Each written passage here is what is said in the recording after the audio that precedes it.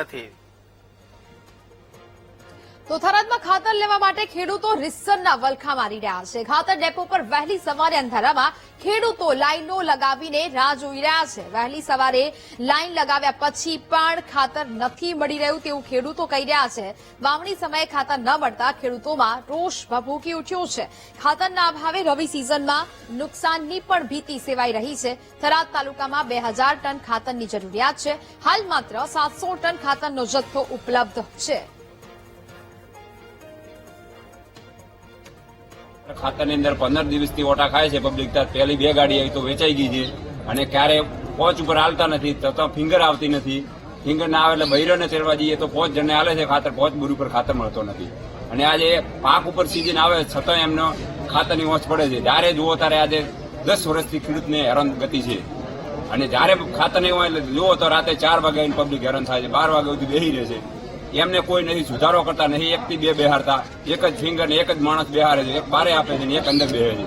આ લોકો અત્યારે સંખ્યાની અંદર કેટલા પુષ્કળ સંખ્યાની અંદર પણ કોઈ ખેડૂતો એમ બોલતા નથી કે અમને ખાતર મળતો નથી।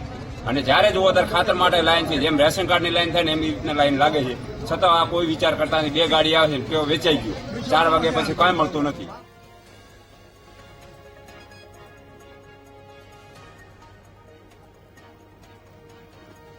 તાલુકામાં 2000 ટન ખાતરની જરૂરિયાત ઉભી છે અને હાલ માત્ર 700 ટન જ ખાતરનો જથ્થો ઉપલબ્ધ હોવાનું સામે આવ્યું છે, જેને કારણે થરાદમાં ખાતર લેવા માટે ખેડૂતો રીસરના વલખા મારી રહ્યા છે।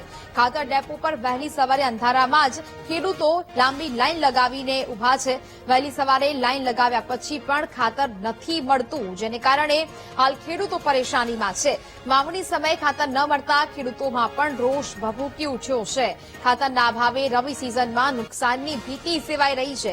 એક બાદ એક જે નુકસાન ખેડૂતોના માથે મંડરાઈ રહ્યું છે ને ફરી એક વખત ખાતરની અછતને કારણે ખેડૂતો મુશ્કેલીમાં મુકાયા છે। હાલ માત્ર 700 ટન ખાતરનો જથ્થો જ ઉપલબ્ધ હોવાની વાત ખેડૂતો કરી રહ્યા છે।